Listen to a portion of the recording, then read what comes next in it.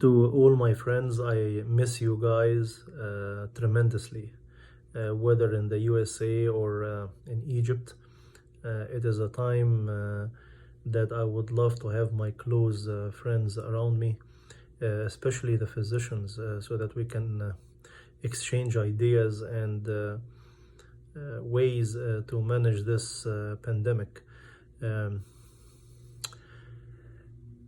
The measures that are being undertaken in Egypt, I can tell you that they are excellent measures to contact tracing and containment of this virus. And the fact that all positive cases are being isolated in hospitals for respiratory illnesses and fever, I think that is an excellent idea. So that we can keep the numbers of positive cases low, subsequently the number of deaths is low, and prevent the spread of virus in the community, to prevent community transmission, especially in a overpopulated, congested country as Egypt, and all the cities like Cairo, with more than 25 millions literally living on top of each other.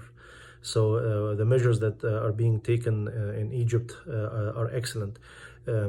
Here in the US, it is a different story, and each city, in fact, each county has its own curve and a number of cases on daily basis. Within the past 5 weeks or so, the death rate has tremendously increased. I believe like 4 weeks or 5 weeks ago, we had 600 plus deaths in the USA. Now it is more than 53,000 deaths. So you can imagine over the past 4 or 5 weeks, the significant burden of this on families and communities. What I can say that probably more than 20,000 of deaths occurred in New York City, which is congested as a big city like Cairo. So I'm afraid that the threat of this happening in Egypt is definitely there. And I urge everybody in Egypt to stay at home like you're doing, and even if the government allowing businesses to open till 9 p.m., you should carefully live your life according to this new, what can I say? This is the new reality that it will probably stay for a long time. So I would urge all Egyptians to stay at home for now, especially over the next 4 weeks, since the peak for Egypt is speculated by the end of May. The cases in Egypt are on the rise, and part of it probably because of the testing has been increasing in Egypt as well.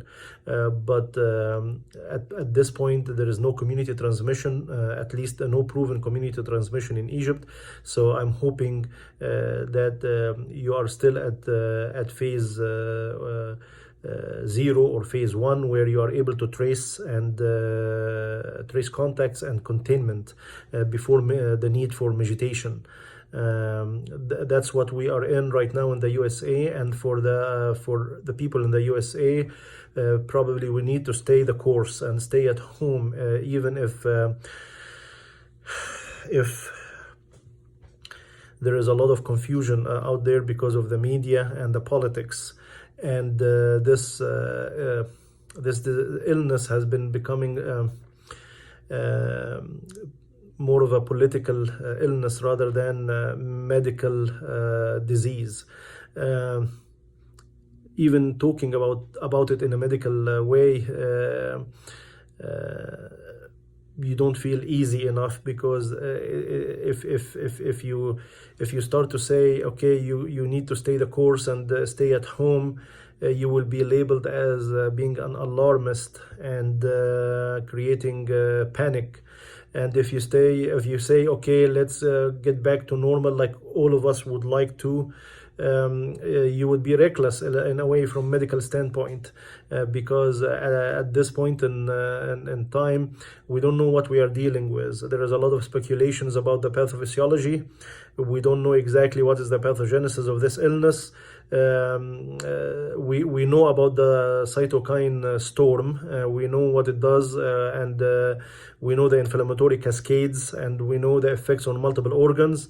But the initial insult from this virus is hard to know, because there is a different variability in the symptoms and in presentations. I had a case presenting with a stroke, and we did a CT of the chest just for the heck of it, and we found COVID pneumonia.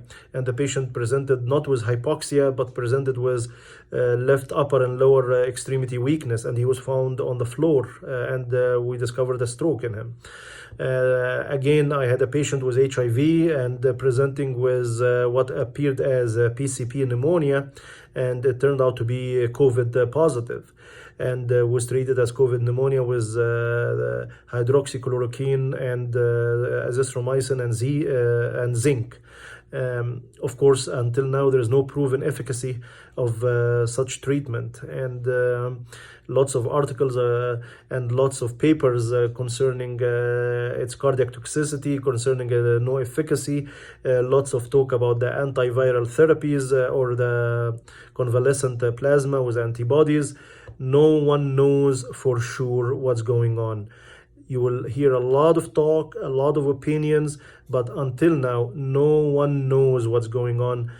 The only thing which is proven effective is hand wash. And I tell my patients and my medical staff and my family to do it every 20 minutes for 20 seconds. There shouldn't be an hour goes by without washing your hand. And of course, social distancing, and more than 6 feet apart.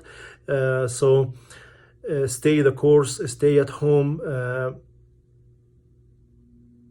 I'm hoping that it will pass, but I doubt it, and I feel that there will be another wave like in the winter time. So we need to be prepared. And when I say prepared, not just from therapeutics, but from societal understanding of the significance of social distance, and just be wise in your decisions, in your whereabouts, in your daily activities. Even if we resumed our regular activities, going to the mall or just gatherings, sports gatherings or whatever, we need to have a measured, calculated way of living, because all of us need to modify our lifestyles according to this fact, because this will live with us for quite some time, and we need to modify our lifestyle accordingly, and we need to accept this fact and not deny it. And we need to not to politicize this. We need to think about it in a public health matter, and we need to care about each other, and we need to think about not just ourselves but others, because we can do it for others. If we are not able to do it for ourselves, if we feel that we are immune, not vulnerable to the virus, if we feel that we need to go on and live our life and to enjoy our freedom and liberty, please don't take it in that fashion. Don't take it in that way that this virus is against your liberty and freedom, and do it for others. If you cannot do it for yourself, just do it for others. Wear a mask, not for yourself, for others. Keep your distance so that you don't catch it, so that you will not infect others, loved ones or family members. It's the time in our life that have humanity prevail on anything, prevail on financial issues or financial gains or whatever. It's It's a matter of survival. Stay the course, stay at home, and it will pass.